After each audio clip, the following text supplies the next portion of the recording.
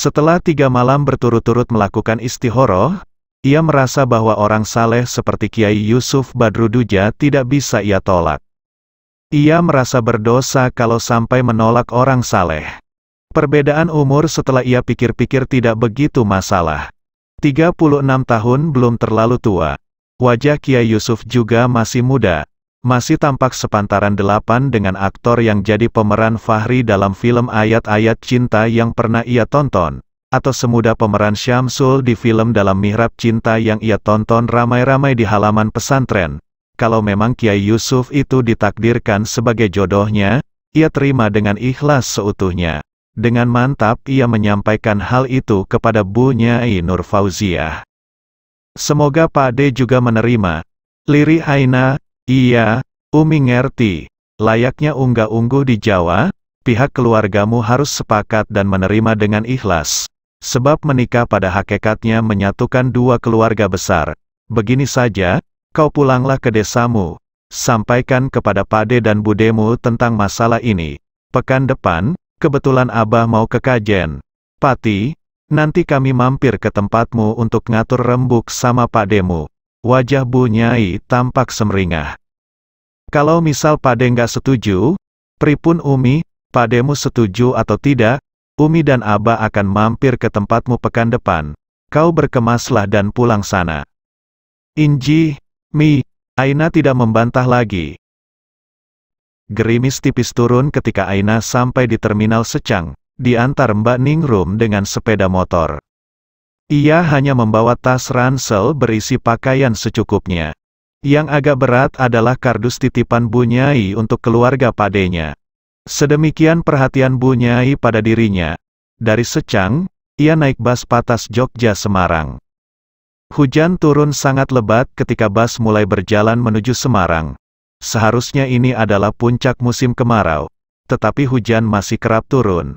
Kapan musim hujan dan kapan musim kemarau ini susah diklasifikasikan. Mbak Ningrum pasti basah kuyup diguyur hujan. Ia tahu persis Mbak Ningrum tidak bawa jas hujan.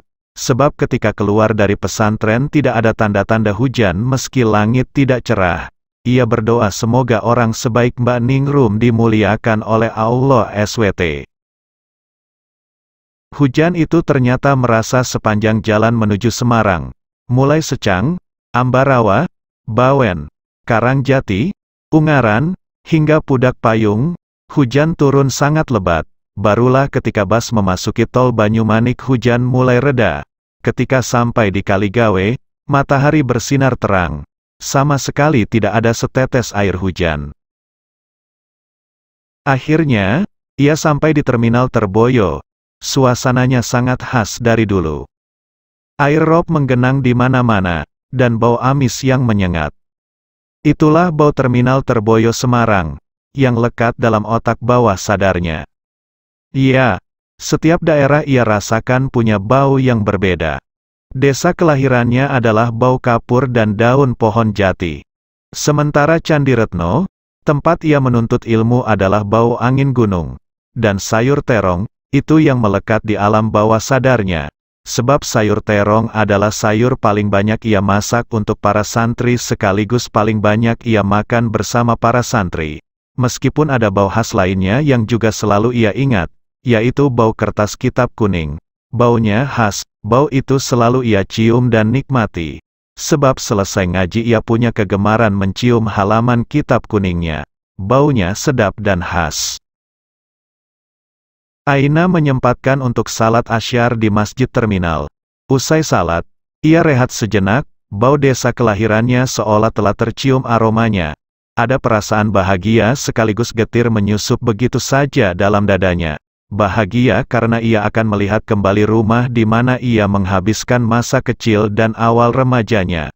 Rumah yang penuh kenangan bersama Simbah Putri dan ibunya. Rumah kayu yang sederhana namun pernah menjadi surganya ketika ia bersama ibunya. Dan getir, kini setiap kali pulang, ada kegetiran menyesak dalam dadanya. Karena ia akan melihat rumah kesayangannya itu merana. Layaknya rumah hantu tak berpenghuni. Padahal rumah itu ada di samping rumah Pak D-nya. Dan sebelum meninggal ibunya sempat menitip pesan kepada Pak D-nya agar rumah itu dirawat.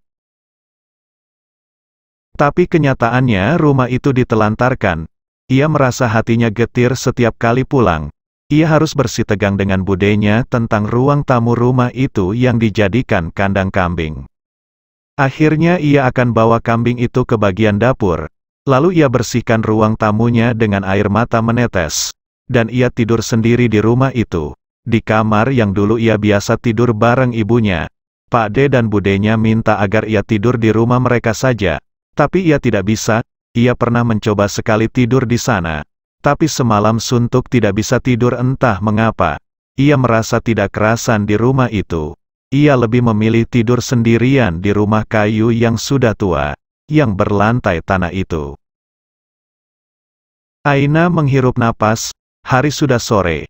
Mungkin ia akan sampai di desanya menjelang maghrib. Kalau rumah itu masih kotor, kambing-kambing budenya masih di ruang tamu, yang tentu baunya adalah bau kandang, bagaimana ia bisa tidur? Ia tidak punya waktu yang cukup untuk membersihkan rumah itu. Belum lagi kalau saluran listriknya juga mati seperti 4 bulan yang lalu, saat ia pulang kampung terakhir kalinya. Aina bangkit untuk melanjutkan perjalanan dengan muka sendu. Tapi ia harus pulang. Ia harus melangkah, tantangan hidup harus dihadapi. Dari terminal Terboyo, ia naik bus mini jurusan Penggaron, Semarang bagian timur. Dari Penggaron, ia naik bus jurusan Purwodadi dan turun di Gubuk. Dari Gubuk, ia memilih naik ojek menuju desa kelahirannya, yaitu Desa Kaliwenang yang masuk dalam wilayah Kecamatan Tanggung Harjo, Kabupaten Grobogan. Pengendara ojek itu seorang kakek. Ia membawa sepeda motornya dengan sangat hati-hati, sehingga jalannya pelan. Aina nyaris tidak sabar. Kalau boleh, ia ingin mengendarai sendiri sepeda motor Supra itu dengan cepat agar segera tiba di rumahnya lebih awal. Waktu 1/4 jam lebih cepat itu lumayan untuk membersihkan rumah dan menata tempat tidur seadanya. Beberapa kali ia minta agar kakek-kakek itu mempercepat laju kendaraan. Sang kakek menjawab iya. Tapi lajunya tetap tidak bertambah cepat. Akhirnya Aina pasrah.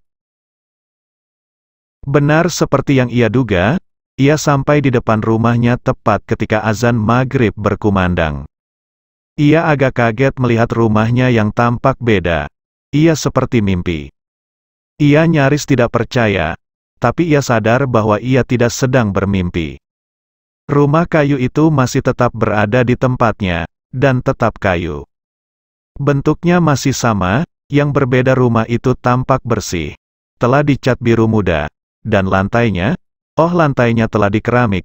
Aina menapaki beranda rumahnya dengan perasaan yang tidak pernah ia rasakan. Apakah cuma berandanya? Jendela kayu itu terbuka. Ia melongok, dalam keremangan cahaya senja, ia bisa melihat ruang tamu juga telah dikeramik, dan tidak ada lagi kambing-kambing ditambatkan di sana. Dinding-dinding kayunya juga telah dicat rapi. Siapakah yang melakukan ini semua? Apakah Pak D-nya? Apakah ia bisa percaya ini semua adalah perbuatan baik Pak D-nya? Kalau bukan Pak D-nya siapa? Serentetan pertanyaan berkecamuk dalam kepalanya. Aina meletakkan tas bawa ransel dan kardus yang ia bawa. Pintu rumah itu terkunci. Ia harus ke rumah Pak D-nya yang berada persis di sebelah barat timur rumah itu. Antara rumah itu dan rumah Pak D-nya hanya terhalang sepetak kebun pisang yang tidak luas. Belum sempat melangkahkan kaki, ia mendengar suara seseorang memanggilnya. "Dik Aina, kau pulang?" Aina tersenyum. Di jalan setapak yang membelah kebun pisang ia melihat sosok Atikah. Dengan penuh hangat Atikah menyerbu dan memeluknya. "Selamat ya, sekali lagi selamat atas semua prestasimu. Orang kampung kita heboh ketika Pak Carik bawa koran yang memuat fotomu dan wawancaramu." Pak Kiai Ali Mukhlasin sampai menyampaikan dalam khotbah Jumat bahwa di desa ini sesungguhnya penuh potensi dan memiliki anak-anak yang cerdas. Buktinya adalah Aina yang nilainya terbaik se-Indonesia. Kita harus bangga jadi warga desa Kaliwenang. "Bukan se-Indonesia, salah itu. Wis pokoknya begitu." "Siapa yang dandani rumah ini, Mbak?" tanya Aina. Ia ingin segera menghapus penasarannya. Pak D, iya. Atika membuka pintu yang terkunci lalu menyalakan lampu.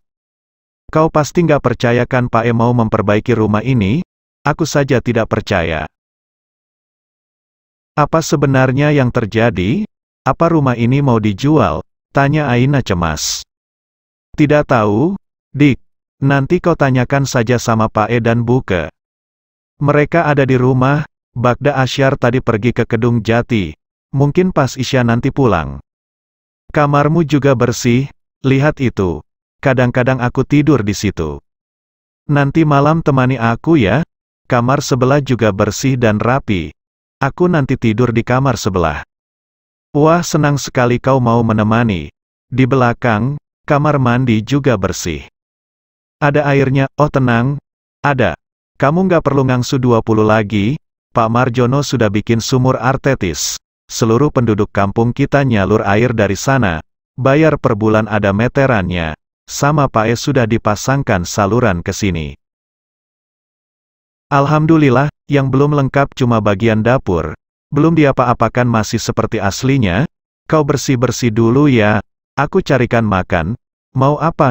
Nasi goreng apa, ayam goreng atau apa? Nggak usah repot-repot, Mbak. Nggak usah pakai begitu. Masalahnya di rumahku juga lagi tidak ada apa-apa. Mbak Ripah malam ini nggak pulang. Katanya kerjanya lembur. Aku juga lapar. Yowis, pecel lele saja kalau ada. Kalau nggak ada ayam goreng, sama jeruk panas. Sip. Sebentar. Ini uangnya. Udah nggak usah. Kayak kau punya uang saja. Anggap aja aku kasih hadiah atas prestasimu. Matur nuwun ya, Mbak Tika. Yo, podo-podo. Dua Aina masuk ke dalam kamarnya dan merebahkan badannya sesaat di kasur. Terasa nikmat, kenangan bersama ibunya di rumah itu hadir begitu saja. Ia memejamkan mata. Ia seperti merasa dibelai oleh tangan halus ibunya. Bau baju ibunya yang khas seperti tercium olehnya. Kebahagiaan dan keindah sesaat menyusup mengaliri syarafnya. Namun ia sadar sesuatu. Tiba-tiba keindahan itu seperti di lukisan kebun bunga yang sedap dipandang yang dirusak oleh coretan spidol. Apa sesungguhnya niat Pak D dan Budenya memperbaiki rumah itu? Apakah akan dijual? Atau karena apa? Lah merasa ada yang aneh.